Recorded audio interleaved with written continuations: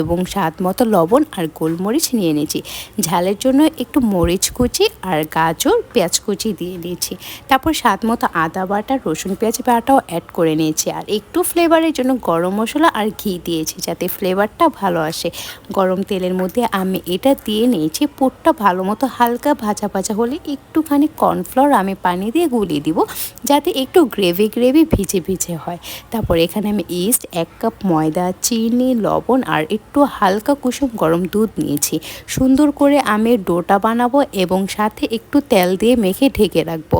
তারপর আমি এই যে এখান থেকে আর একটু ঘি উপর দিয়ে দেবো যাতে একটু ফ্লেভারটা আসে। আসলে ঘরে খাবো তো তাই ইচ্ছে মতো ঘি দিচ্ছি, তোমরা তোমাদের ফ্লেভার অনুযায়ী বা ভালো লাগে ততটুকুই দিও। তারপর এখানে আমি যে বানিয়ে রাখা পুরটা দিয়ে দিয়েছি। আসলে আমি কখনো বানাইনি, এই ফার্স্ট টাইম নিজেরা ঘরে খাওয়ার জন্য বানিয়েছি।